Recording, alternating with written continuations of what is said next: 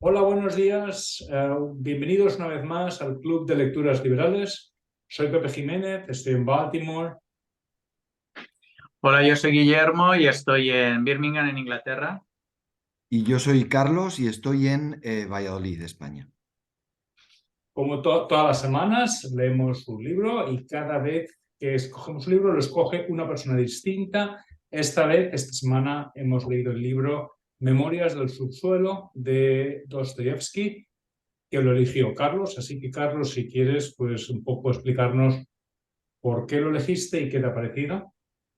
Sí, bueno, pues elegí este libro porque no he leído hasta ahora, o no había leído hasta ahora ningún libro de Dostoyevsky y era como una espina que tenía. Y como vosotros habéis leído ya otros dos o tres libros de estos mayores, o sea, más densos, pensé, bueno, pues voy a escoger uno así ligerito para ver de qué va el tema y sobre todo que habían hablado varias personas, eh, eh, o sea, un psicólogo, después otro economista eh, al que le tengo bastante aprecio sobre el tema y no sé, me apetecía ver un poquitín de qué iba la cosa y por qué les había gustado a ellos tanto también. Bueno, pues yo te voy a agradecer que escogieras este libro porque es un gran libro. No es en absoluto lo que me esperaba. En absoluto. No parece, a mí no me parece un libro de Dostoyevsky de alguna manera. O sea, sí que lo es, pero los libros de Dostoyevsky tienen, los que yo he leído, vamos, suelen tener mucha acción. Aquí no hay mucha acción, hay mucha filosofía.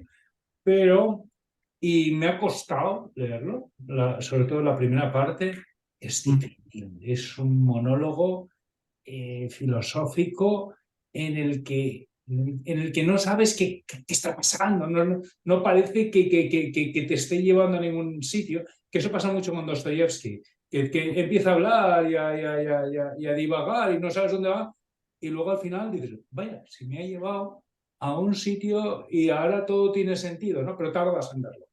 Ujú. Entonces, al principio, la primera parte a mí me costó mucho leer, la verdad.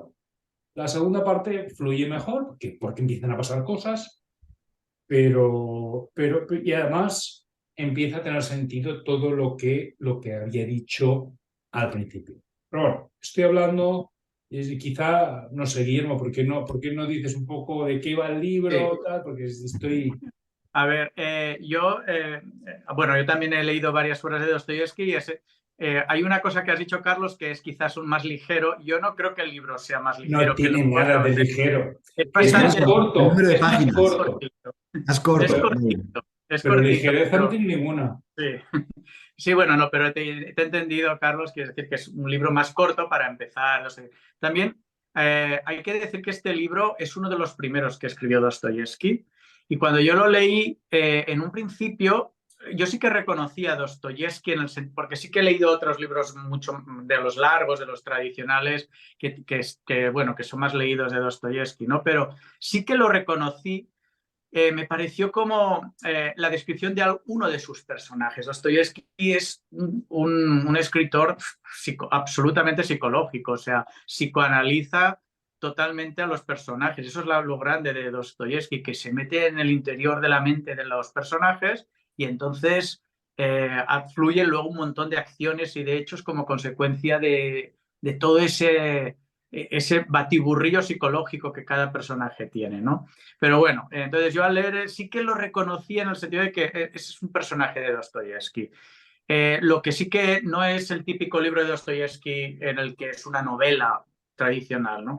Y sí que tiene dos partes. Una primera parte en la que es como un monólogo y se describe a sí mismo el protagonista y una segunda parte en donde a través de los hechos compruebas todo lo que en la primera parte él se ha autodefinido, ha dicho yo soy de tal y luego lo compruebas ya en la segunda parte a través de una serie de historias que él cuenta, ¿no? De su vida, ¿no?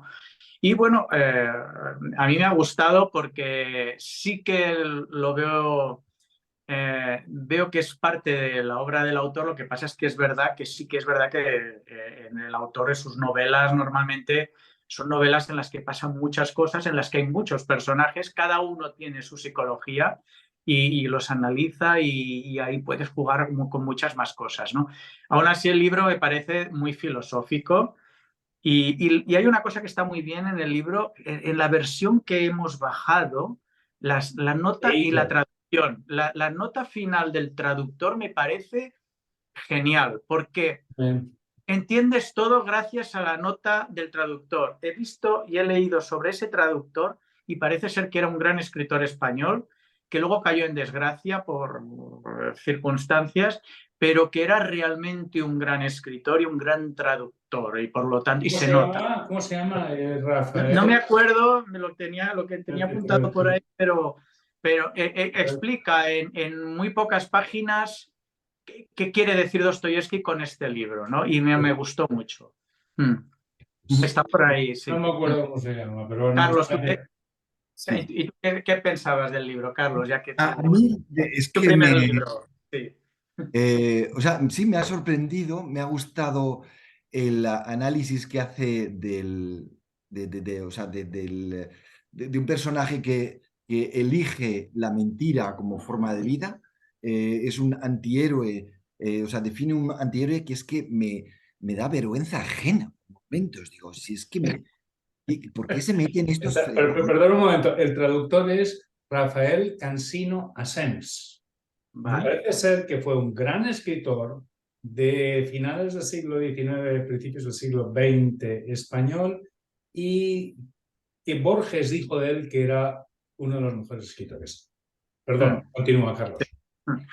Y por cierto, también hay cosas que dices, y esto en algún momento habla de un frasco de vino, o sea, que no aceptaba frascos de vino, y eso yo creo que es una traducción también que existe en francés, que es soborno. O sea, el pot de vin francés es un soborno. Y entonces Puede eso creo que será lo mismo en ruso. No lo pensé, porque es que si no, no tenía sentido en el...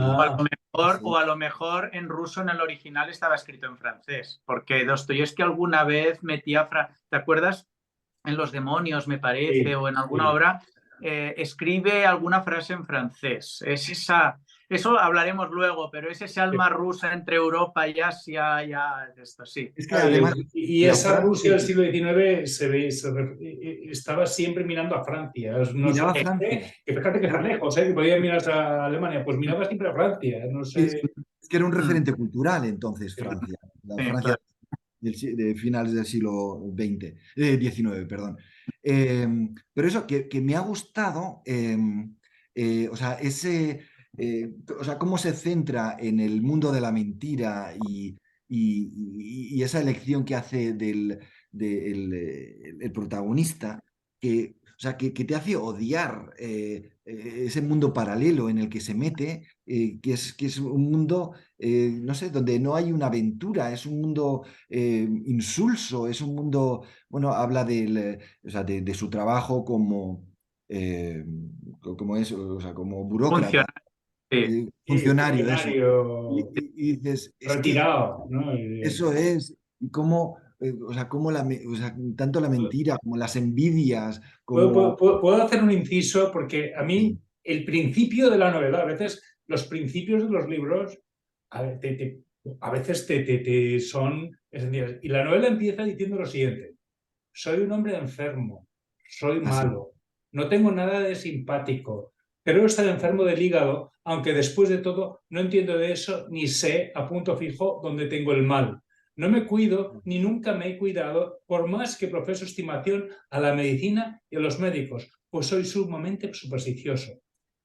Sí. Cuando menos lo bastante para tener fe en la medicina. Bueno, lo dejo ahí, pero ese principio te lo define ya directamente. Es un cretino asqueroso, este tipo. Cosa curiosa, porque he leído en algunos forums, ¿no? Y hay gente que al leer este libro siente cierta empatía o cierta ternura hacia el personaje, y ahí hay gente que siente un rechazo absoluto. Por lo que tú estabas diciendo, Carlos, deduzco que a ti te ha No, dado rechazo, sí, sí, sí. rechazo total. A mí también, a mí me ha parecido un tío asqueroso. O sea, Sí, yo creo, es que es un personaje de Dostoyevsky, es decir, es esos personajes que luchan constantemente Contra sí mismos. contra sí, las pasiones, lo que quieren, los deseos, algunas veces son más fuertes que lo que deben, que la razón, que la moral, que lo que sea. Y entonces se autodestruyen constantemente. Dostoyevski está Totalmente lleno autodestructivo, sí. de personajes autodestructivos. Y fijaros que el nombre del libro se llama Memorias del subsuelo, que es la traducción al español, que también he escuchado que a lo mejor hubiera sido mejor, esa es una traducción literal del ruso, pero subsuelo también en ruso quiere decir el subconsciente del alma, y es a lo que se refiere. Sí, Es decir, en inglés se traduce como Notes from the Underground. the A mí me underground. gusta más esa traducción, ¿no? Porque queda claro como que es casi el subconsciente, ¿no? Bueno, pero Lo que pasa es que no existía esa palabra cuando él escribe este libro. español, Esto está escrito antes que Freud. ya, pero es que en español no existe una palabra para el significado exacto de underground en inglés. Es decir, Claro, ni para el significado exacto de la palabra rusa. Yo lo he estado mirando y he visto que la gente dice, no, es la traducción literal rusa, pero en ruso subsuelo quiere decir también lo que está metido y escondido en el alma, que no se ve y que está ahí escondido, ¿no? Entonces, de lo que trata un poco es cómo esa persona tiene esa memoria en el subsuelo, en su subconsciente, y él te la expone a lo bestia, te la expone, te dice, esto es lo que hay dentro de mi alma. Y luego en la fachada puede haber muchas cosas, pero lo que hay dentro es esto. Y eso es desagradable para muchos, como en el caso aquí, pues que Carlos ha expuesto antes, y en algunos casos, como dices, la gente se compadece de eso, ¿no? Pero bueno, sí. Bueno, porque luego contaremos alguna historia, pero ¿puedo hacer una digresión antes de continuar sobre Adelante, Dostoyevsky? Porque creo que es importante. Dostoyevsky es un escritor que fue socialista, fue utópico y estuvo muy, bueno, de hecho era ingeniero, esto es lo primero, y era de ciencias, importante. ¿Por qué? Porque sí, es un tío que cuando escribe algo lo escribe por algo y siempre tiene una intencionalidad, ¿no? Era un ingeniero, se pone a trabajar como ingeniero y en un momento determinado decide que le encanta la literatura, leía muchísimo y en un momento determinado decide que quiere dedicarse a escribir, se pone a escribir y escribe unas cuantas novelas, no tiene mucho éxito y se dedica a ser pues socialista. Entonces está metido en grupos de socialistas y de repente pues la policía del zar lo condena a muerte y lo ponen en el paredón y lo van a matar y justo cuando lo van a matar y ya está a punto de morir llega una carta y le salva, ¿no? Parece ser que todo era un teatrillo del gobierno, ¿no? Que hacía eso con todos con toda esta gente para que literalmente se tragasen la muerte, ¿no? Pero bueno, él se lo creyó, él estaba atado y lo iban a fusilar, ¿no? El caso es que después de ese episodio, en vez de matarlo, lo envían a Siberia. Y va a Siberia unos cuantos años, donde ahí cambia de opinión. Ahí se da cuenta de que toda la filosofía socialista no tiene ninguna base, ¿no? Y esencialmente él se da cuenta de que el hombre es mucho más complejo que todas esas teorías que hay en ese momento. Uno es el racionalismo y el utilitarismo inglés, y de todo lo hacemos porque queremos algo en esta vida, ¿no? Y ya hablaremos, pero en este libro queda claro que no es así, que para este para este personaje se autodestruye, o sea, él no hace lo que más le conviene, él se deja llevar por unos impulsos que no saben ni de dónde vienen y que realmente termina consiguiendo lo contrario de lo que quiere, sabiendas de que haciendo lo que hace se está autodestruyendo, ¿no? Y en algún momento habla del sufrimiento como algo bueno, ¿no? Que es increíble. Pero bueno, él está en contra de la filosofía racionalista, y por eso en la primera parte del libro habla mucho del 2 más 2 son 4, que mientras yo lo leía me estaba cabreando, porque es matemática. Y yo decía, pero aquí qué pasa, ¿no? No entendía muy bien dónde estaba llegando, pero luego lo he entendido. Claro, él está diciendo, no, el ser humano no es 2 y 2 son 4. Tiene una complejidad extraordinaria, ¿no? Va mucho más allá. Y luego se está también en contra del socialismo, que considera que tiene una receta muy sencilla para la felicidad.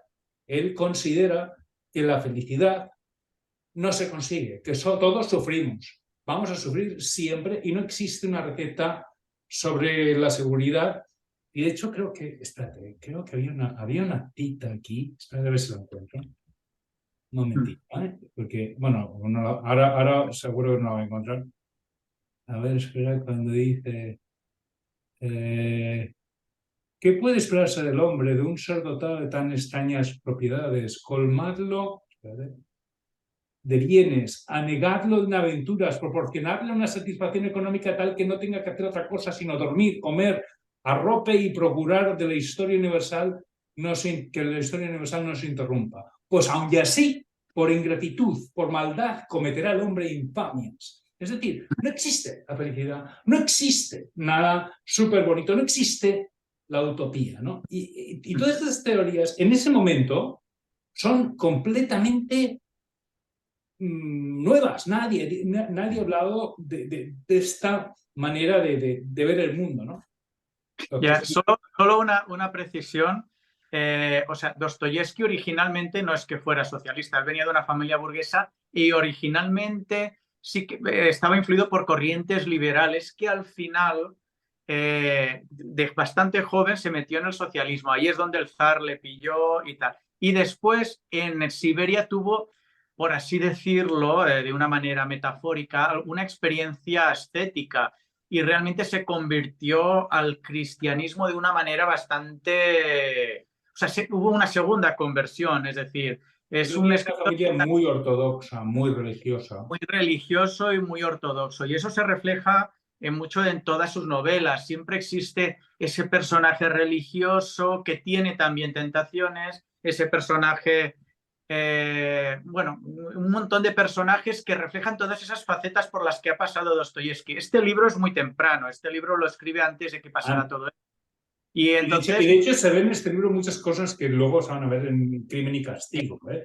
Sobre todo. Hay una cosa de este libro que refleja, que se refleja en este hombre, que es la moralidad, el nihilismo moral, que constantemente en todas las obras de Dostoyevsky es una constante, tanto en Crimen y Castigo como en Los demonios. Es decir, ese hombre que no tiene moral y es capaz de cometer los hechos más repugnantes porque la moral, porque no tiene moral. Entonces, pero lo novedoso es que es amoral porque sí.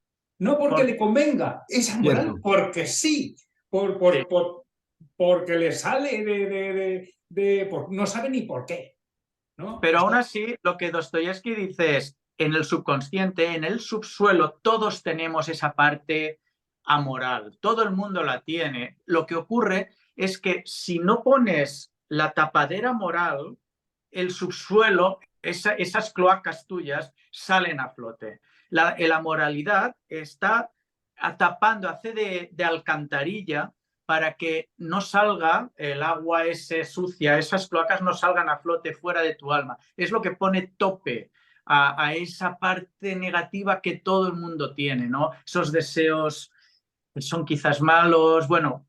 Y la envidia, que no sabes ni por dónde te viene. Bueno, es que explicar lo que pasa en el libro, no sé, me da pena por destriparlo, ¿no? Pero tenemos que destriparlo, si no, no podemos hablar. No, pero esa sensación también, cuando hablas del nihilismo, es cierto que hay como una falta de dirección en toda su vida. Se habla mucho del aburrimiento, del tedio, parece que no hay un propósito en su vida. Y bueno, también hablabas del socialismo utópico. Es verdad que las críticas que se hacen a este libro es sobre todo su rechazo explícito al socialismo utópico. Y sí que es verdad que se nota en algunas partes del libro, ¿cierto? Sí, parece ser que no sé si en este libro o posteriormente Dostoyevsky, pero creo que sea en este libro, esto no estoy muy seguro, lo escribe también un poco como respuesta, creo que ya es en este libro. El personaje de este libro es una respuesta a un libro que se hizo muy famoso en la Rusia de la época, El que, Gogol. de Chemichevsky, que se llamaba ¿Qué hacer? Y que era nihilista total, era socialista, y que es el que cogen los socialistas como ejemplo del nuevo hombre. Porque parece ser como, ¿qué podemos hacer para mejorar esta sociedad? Él escribe este libro que se llama ¿Qué hacer? O me parece que se titulaba ¿Qué hacer? En la que representa al que luego sería socialista, que es el nuevo hombre, que se quita toda la moral anterior que había y es capaz de hacer cualquier cosa por mejorar la sociedad. Entonces él lo escribe como un poco respuesta, es decir, pone al personaje y decir, si quitamos la moralidad, si le quitamos toda la vestimenta, los personajes se vuelven como este, como el del libro, un personaje que no tiene sentido, no, que es tedioso, que puede hacer las barbaridades simplemente ni siquiera por placer, las hace porque no le ve un sentido ni bueno ni malo a hacer las cosas más horribles, ¿no? Y que aunque las hace, siente remordimientos. Es una cosa muy curiosa, porque es un ser por ejemplo, al principio de la segunda parte, que la primera parte es muy filosófica, es un monólogo filosófico, la segunda parte es donde pasan cosas. El protagonista, que no tiene nombre, no sabemos cómo se llama, hace una retrospección de su vida y cuenta unas cuantas anécdotas. Pero la primera anécdota que cuenta es que el tío él es tan inmoral, tan inmoral, tan inmoral, que sentía unos remordimientos espantosos. Entonces pasa por un bar, ¿no? Y ve que sale por la ventana un tío que lo tiran por la ventana. Entonces él dice, pues voy a entrar en el bar para que me tiren a mí por la ventana, porque soy un ser tan despreciable, ¿no? Entonces entra en el bar y hay un oficial y el oficial lo ignora. Y eso le duele en el alma, eso no puede con él. Entonces, bueno, empieza a buscar a ese oficial para confrontarlo de alguna manera y va y con los 4 duros que tiene se compra un abrigo con piel de castor y no piel de, no me acuerdo de que era de zorra o de no sé qué, que era la barata, ¿no? Pero va obsesivamente a confrontar a un tío porque se ha sentido humillado, ¿no? Y bueno, y he perdido el hilo de lo que estaba diciendo. No, sí, bueno, pero es de lo que va, que él de alguna manera, durante todo la segunda parte, tiene esos sentimientos de arrepentimiento, Exacto, que se arrepiente, ¿no? de odio, de remordimiento y de envidia y de todos los Una sentimientos que pueden. envidia extraordinaria, sobre todo tiene envidia, y lo dice además, del hombre de acción, ¿no? Él compara al intelectual, la persona que lee mucho, que sabe mucho, al sesudo que se considera él. Él cuenta su infancia en el orfanato cuando estaba con otros compañeros, ¿no? Que no se atrevía ni a mirarles a los ojos, que miraba siempre al suelo y que a veces se esforzaba por mirarles a los ojos para ver quién miraba antes al suelo, pero que él siempre terminaba mirando al suelo porque se sentía inferior ante ellos, pero a la vez, y se sentía inferior porque eran gente sin complicaciones, ¿no? Era gente más simple. Y él considera que la simpleza es una virtud, pero a la vez él se considera superior porque es más intelectual. Entonces tiene esa dicotomía de envidia al hombre de acción, pero a la vez lo desprecia, ¿no? Y a la vez se siente ofendido constantemente por el hombre de acción cuando en realidad lo odia profundamente, ¿no? Sí, a mí también me fijé en eso, en cómo trata la inteligencia y la diferencia de esta intelectualidad, ¿no? Que él dice, a ver, él cree que ser inteligente solo sirve para las personas que solo hablan y solo hablan, pero no actúan, son las personas inteligentes. Esa es la única finalidad de los inteligentes al final. Pero sí, a mí también me llamó la atención eso. Y bueno, no sé, y tú, Carlos, ¿qué te ha llamado más la atención de todas esas cosas que dice o de la personalidad de este hombre? Aparte de que, por supuesto, es bastante despreciable, ¿hay alguna así en especial que hayas visto? Sí, a ver, es que un poco al hilo de lo que estabas diciendo ahora, Pepe, o sea, hay algo, o sea, hay un paralelismo que se podría hacer a la vida actual de cómo muchas veces la intelectualidad, o sea, en la torre, todos aquellos que están en la torre de marfil de la universidad, que se sienten a veces superiores y que están pensando a lo mejor, O bueno, nosotros que somos a lo mejor personas nosotros leídas, mismos ¿no? O sea, también, sí. Ya que a lo mejor, sí, pero que porque a lo mejor nosotros no sentimos ese rechazo. Yo por lo menos no siento un rechazo para el hombre de la calle que el currito que se levanta a las 5 o 6 de la mañana, porque a lo mejor yo también soy de los que me levanto a las 5 o 6 de no, la pero mañana. una cierta superioridad sí, ¿no? Yo me siento mejor, yo considero que ser intelectual es mejor que no serlo, que leer es mejor que no leer. Sí, Lo que cierto, ocurre, pero no sientes un rechazo, no sientes No siento un un rechazo, rechazo no es hacia un el hombre de rechazo, acción y... eh, pero hay una gradación. Sí, sí, pero yo no no, voy pensando de los demás como yo los así. despicables de los que hablaba Hillary Clinton, ¿no? O sea, de esa Sí, gente, eh, ¿cómo eran? ¿Los Despicables? No, ¿los llamaba así? ¿cómo lo has dicho? Despicables, ¿no? Yo pensaba que era, pero a lo Sí, mejor no era sí, así. será Despicables, sí, sí, sí, sí. Sí.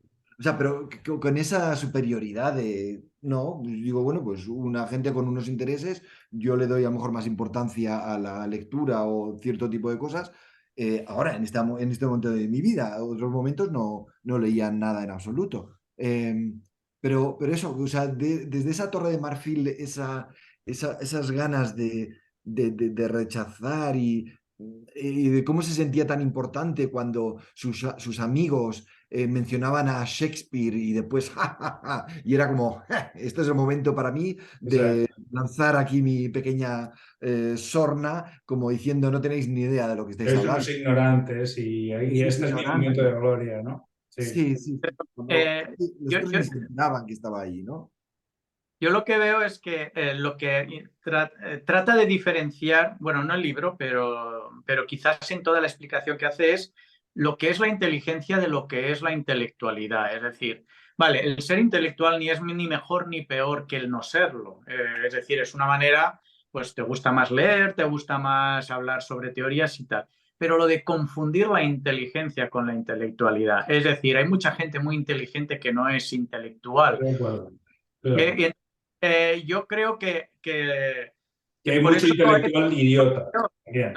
por eso yo no creo que haya ninguna gradación, es simplemente pues que hay personas que desvían su inteligencia a hacer, por ejemplo, una persona que es ingeniero y que te crea a lo mejor una presa gigantesca, una autopista, a lo mejor no tiene ningún interés sobre moral o sobre, a lo mejor no lo tiene, no lo sé, puede tenerlo, ¿eh? Las personas que estudian luego al final tienen un interés en muchas cosas. Pero de hecho hay muchos ingenieros que son más técnicos y que no tienen interés ni en filosofía, ni incluso ni en ciencia, ni en otras ciencias y tal, y son personas súper inteligentes, ¿no? Y eso, Por igual, ejemplo, yo he encontrado muchos casos de programadores, gente que programa, es muy lista, pero que no tienen una vida más allá de su programación o del fútbol o de lo que sea, ¿no?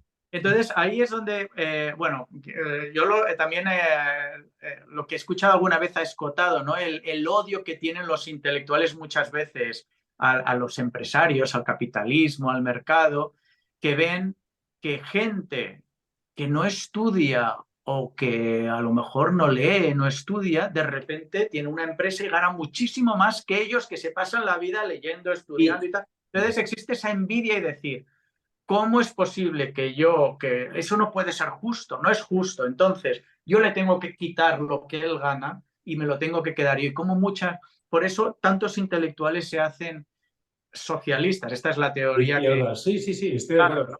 Aunque yo creo que no es tanto una cuestión material como una cuestión de prestigio. Lo que al intelectual le saca de quicio es que la sociedad admire Ah, sí. a un nuevo rico. No, Sí. el intelectual no lo puede soportar. Si eres rico pero de generaciones, no entiendo bien, vale, semimecenas, ¿no? Pero si eres nuevo rico, no sabes nada, no valoras, no vas al ballet, ni lees a Shakespeare, ni nada, entonces el intelectual lo odia profundamente, ¿no?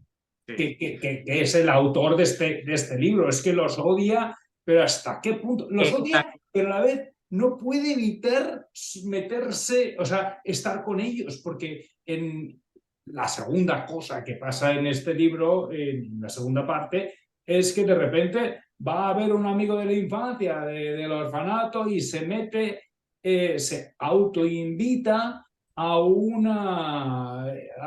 se llama? A una despedida de un oficial al que ha despreciado toda su puñetera vida, un hombre de acción por antonomasia, y se mete ahí a despedirlo solo para terminar malmetiendo con todos ellos, insultándolos y despreciándolos a lo máximo. O sea, algo totalmente absurdo, además siendo una persona pobre que termina gastándose, pidiendo dinero prestado para poder ir a insultar a toda esta gente, ¿no? Y tener, pues no se sabe muy bien, ese pequeño placer que produce el insultar a alguien porque te sientes, por 5 segundos te sientes superior, ¿no?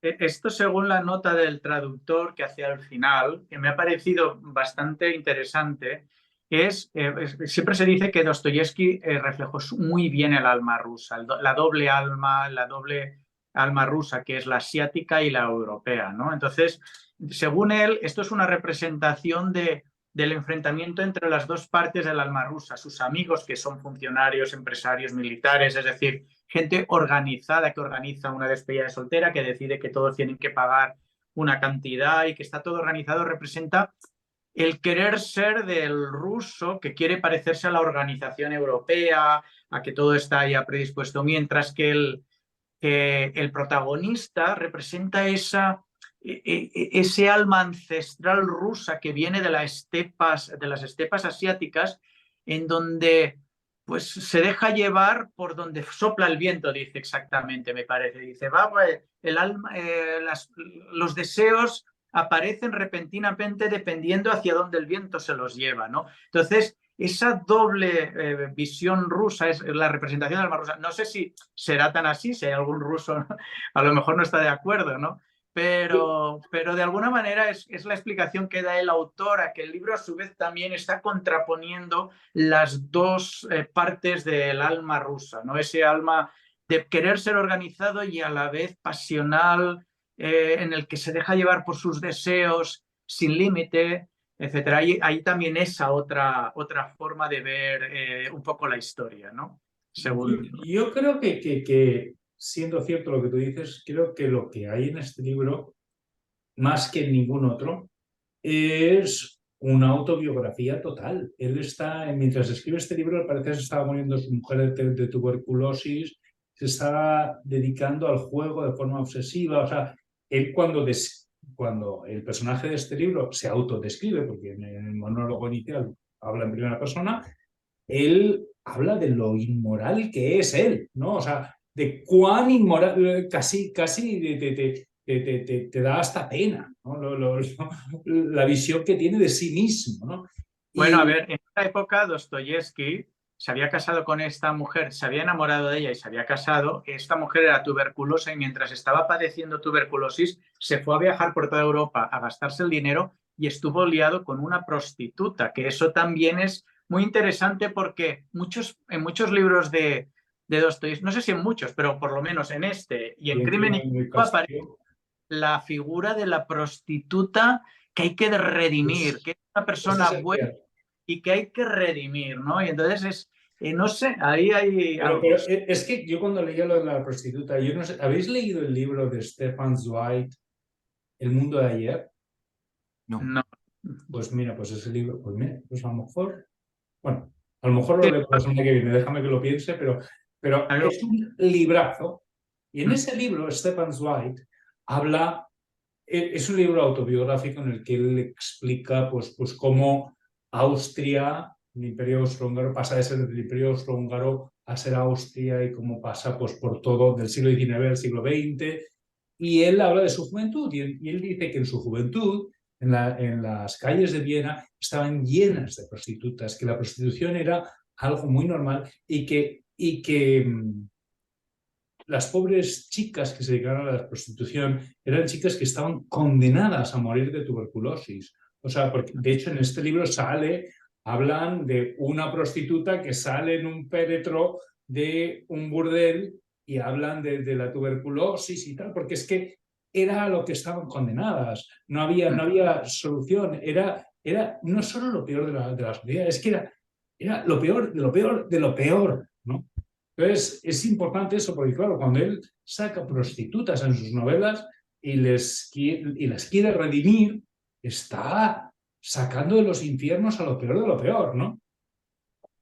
Oye, Decimos pero esto Liza, porque... Liza no era prostituta, por cierto, ¿no? Porque ahora ya ¿Cómo? que Liza, la chica esta que Sí, analiza... Sí, es una una prostituta. prostituta, claro. Pero Ya. el libro explica cómo sus padres la venden. Ella es sus padres la venden. Sí. Él va, claro, Los padres todo son burgueses, ¿eh? Y la venden. sus padres son burgueses y la venden. Y entonces está allí porque la ha comprado el burdel. Y él cuando va al salón, en realidad nunca habla de que sea burdel ni nunca dice que sea prostituta, pero se interpreta.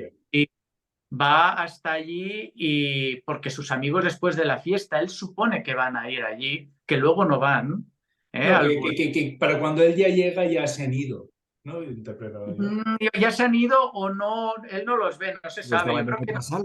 Bueno, no no se se sabe, no se sabe, él no lo sabe. sabe. Él, para cuando él llega, él ya no los ve. Entonces, él va y al final, pues bueno, va con esta prostituta y entonces esos dobles sentimientos otra vez, ¿no? Es decir, es una prostituta, pero a su vez él la quiere redimir, le da su dirección y luego él cuando le da la dirección porque dice que la va a ayudar, está diciendo que no ve. Espera un momento, antes de que llegues ahí. Es que en el momento en el que él se acuesta con la prostituta, duerme con la prostituta y se levanta, se despierta, está borracho, se despierta y entonces tiene una conversación con la prostituta. Y la conversación con la prostituta es la conversación de alguien que dices, qué tío más majo. Está diciendo, hombre, mira, está saliendo por ahí una prostituta en féretro. Ese es así vas a terminar. Tienes que salir de esto. No, esto no es para ti, de verdad, ahora eres joven, pero en 2 años vas a parecer 10 años más vieja. O sea, le da todo un speech que dices, qué tipo más majo, ¿no? Qué bondad, ¿no? Y le sale toda la bondad del mundo. Y entonces le da su dirección, cosa que obviamente eso a una prostituta no se le daba nunca la dirección, ¿no? Sobre todo porque este es un hombre que tenía un esclavo, un criado, no un esclavo. Y además se la da criado, que venga ahí la prostituta y el criado la vea, que y da además más feo. intención de ayudarla. O sea, se Sí, la da para... sí. Todo ese speech es para ayudarla, le da la dirección, le ves que tiene buenas intenciones, pero muy buenas intenciones. Es más, cuando él vuelve a su casa está como angustiado todos los días esperando a que la prostituta aparezca, porque quiere que aparezca, porque se ha enamorado de la prostituta. No quiere que aparezca, yo creo que no quiere, o sea, él está temeroso de que aparezca. Yo he interpretado todo lo contrario, que está deseando que aparezca, que está ansioso, pero a la vez inseguro, pues ya a ver que es pobre, mientras que él se había como más rico, ¿no? ¿Qué opinas tú, Carlos? Sí, ¿no? Es que por una parte él dice como que no quiere que venga, pero, o sea, todos los gestos y todos los comentarios es como que está deseando que vuelva. Para mí, digo, este tío está súper enamorado de ella. Enamorado, se ha enamorado de repente. Pues es un tío Sí. raro, es un tío que es asocial, que le caen mal sus compañeros de trabajo, le cae mal todo el mundo. Y de repente, pues tiene un poco de cariño y tiene una conversación auténtica con esta pobre chica. Se compadece de ella. Además, es una prostituta que la pobrecilla, después de tener esa conversación, le da una carta de un estudiante que no sabía que ella era prostituta y que tenía cierto interés en ella, y el tío se enternece, ¿no? Pero luego va a su casa, la prostituta aparece, y es lo que estabas contando tú mismo, cuéntalo. No, simplemente que la prostituta aparece, pero él en esa dicotomía mental, pero en donde sale, ahí sí que sale la falta de moral y el subsuelo auténtico, que explica de alguna manera ya toda la primera parte del libro, te la explica completamente, cuando realmente está otra vez con ella y realmente parece que todo va a acabar más o menos bien, él empieza a decir, sé que voy a hacer algo muy malo, que no quiero hacer, pero sé que lo voy a hacer al final.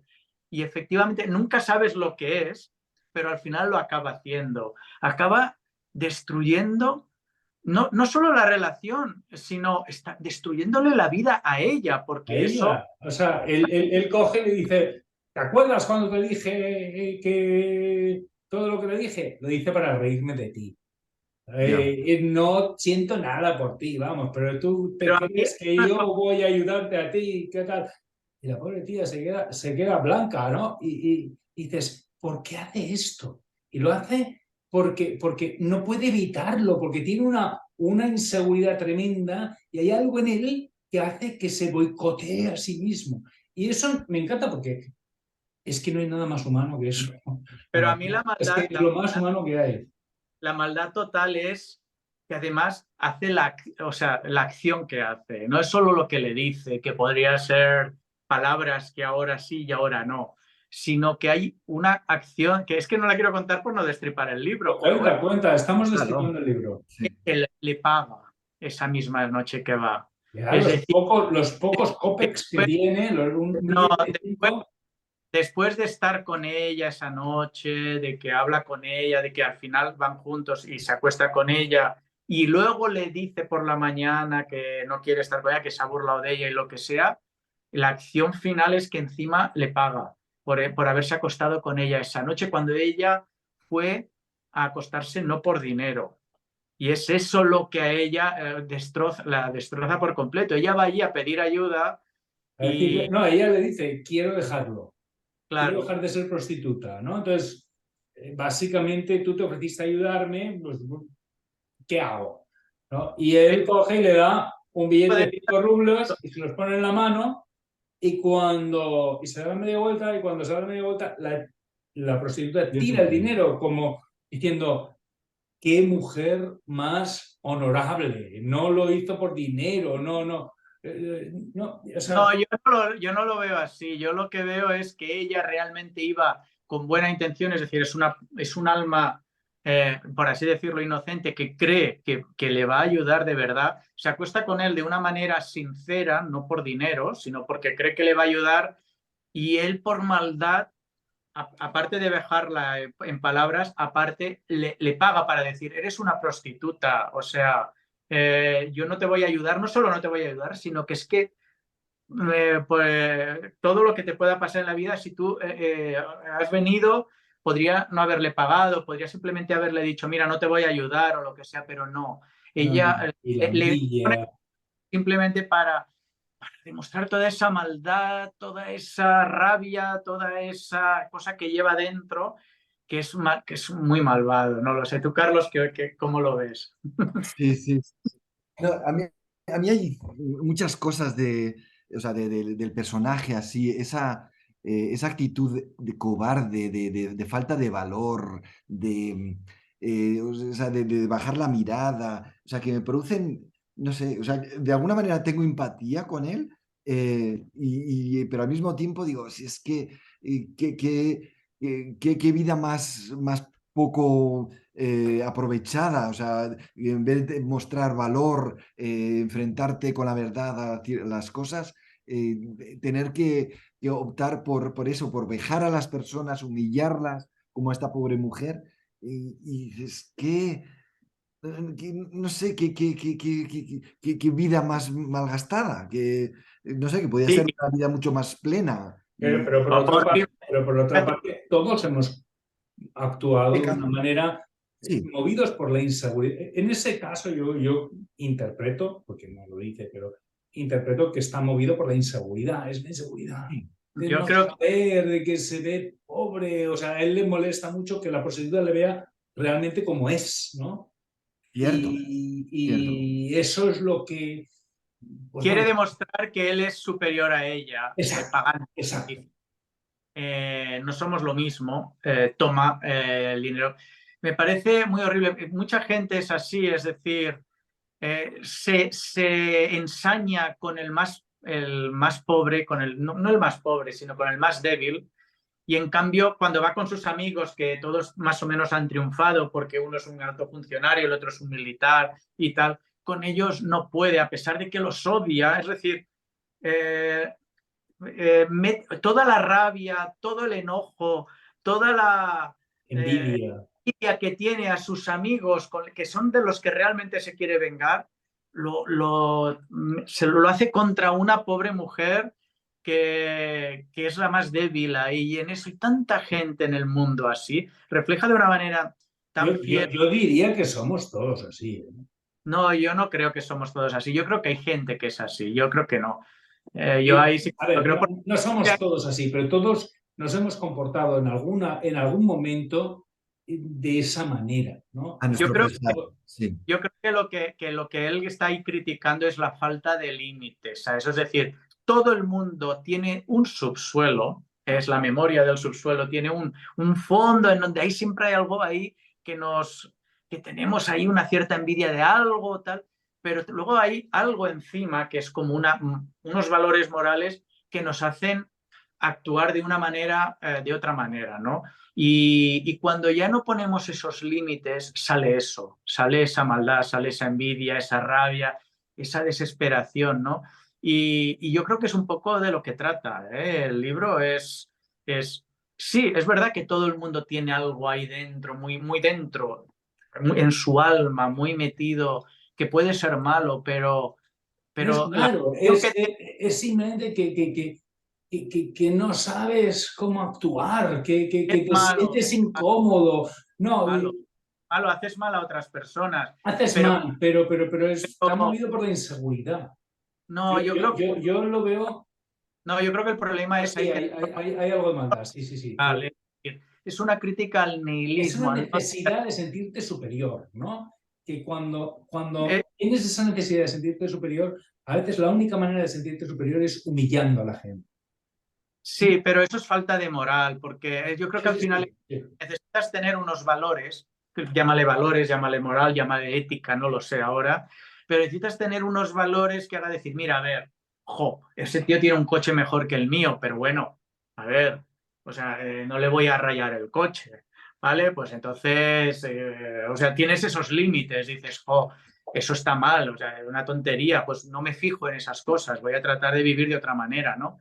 O decir, mira, como tengo rabia, voy a sacarla, ¿no? Y ya está, y ya está, ¿no? Y entonces los límites te los pone eso, te los pone un poco, para mí, es un poco la visión, porque, y más que nada habiendo leído otras obras de Dostoyevsky en las que ataca totalmente ese nihilismo moral, y además sabiendo que él era también de alguna manera, luego se convierte un poco así religioso, siendo de base liberal, creo que está ese elemento moral ahí que hace que nos comportemos de una manera o de otra, ¿no? Y es lo que él trata de reflejar ahí, ¿no? Me Me da la viene a la, sensación. cab- me viene a la Dime. cabeza también el momento en el que le preguntan sus amigos, o bueno, sus compañeros de colegio, lo que sea, el sueldo que ganaba. Y también se sintió totalmente humillado, Es porque cuando le horrible. dijeron, ¿cómo puedes ganar tan poco? Exacto. Es, es- es algo, La verdad es que Dostoyevsky hace un trabajo extraordinario en transmitirte lo mal que se siente, ¿no? lo mal que se siente, sí.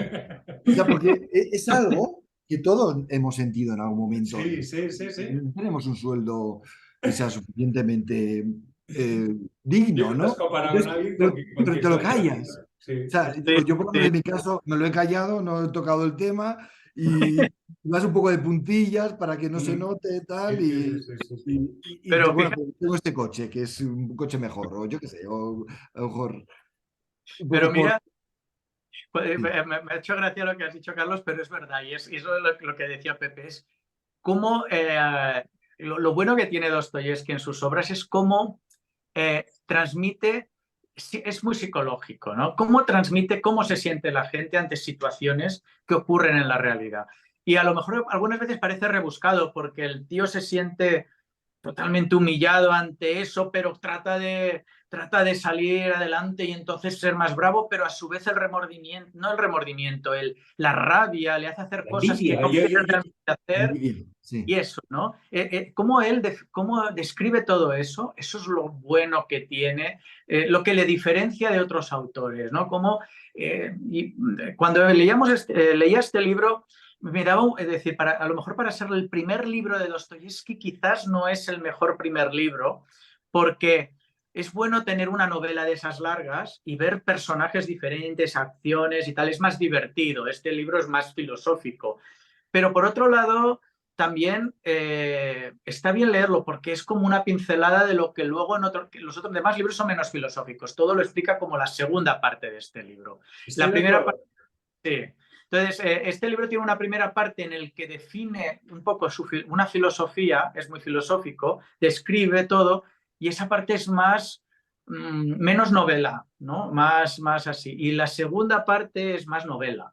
Entonces, todos los libros de Dostoyevsky son como más la segunda parte de este Sí. libro, ¿no? Carlos, tú has dicho que este es el primer libro de Dostoyevsky Sí. que lees. No recomendaría este como el primer libro de Dostoyevsky. Y yo recomendaría otros libros. Porque, porque es muy denso, a pesar de ser muy corto Sí. y tardan en suceder cosas. Pero una vez has leído otros libros, de repente lees este libro y entiendes a Raskolnikov, ¿no? Que es el personaje de Crimen y Castigo que comete un crimen porque sí, porque él es superior y porque así lo decide, y luego pues se pasa Todo el libro 100 páginas con unos remordimientos espantosos y termina con una prostituta que de hecho yo cuando leía la prostituta estaba pensando en Crimen y Castigo, termina con una prostituta y termina siendo una persona bellísima, ¿no? Entonces al final termina un asesino horrible, terminas cogiéndole cariño, ¿no? Es una cosa muy rara. Pero bueno, tenemos que empezar a ir terminando, así que si hay alguna cosa que se haya quedado en el tintero, venga, Carlos, ¿ha quedado algo en el tintero? Carlos. Eh, no, pues la verdad es que no, creo que hemos tratado así todo lo que quería comentar yo. O sea, sí, sí, la vergüenza ajena que he sentido en tantos momentos del libro, Sí. pero de alguna manera es cierto que me he sentido reflejado en algunos comentarios y tal, y digo, si es que y en el fondo también soy así, pero es que la antítesis de lo que me gustaría ser. O sea, Exacto. yo tengo, o sea, como mi objetivo ser un poco más el héroe, no tanto el antihéroe. Pero me ha gustado verlo, me ha gustado cómo lo has descrito y me ha gustado, bueno, como primera obra que he leído de él, me ha gustado el libro. Sí.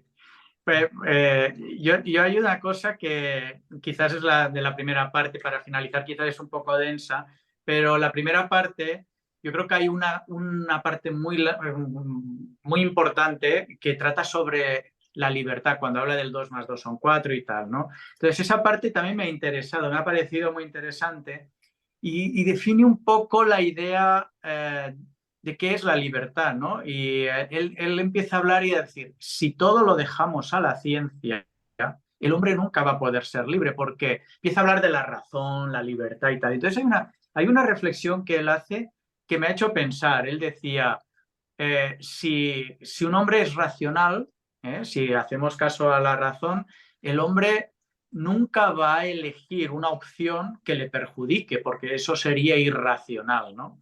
Entonces, si la ciencia avanza hasta tal punto de que sabe todo, pues entonces el hombre siempre va a elegir la opción que científicamente está demostrada que es la mejor para mí.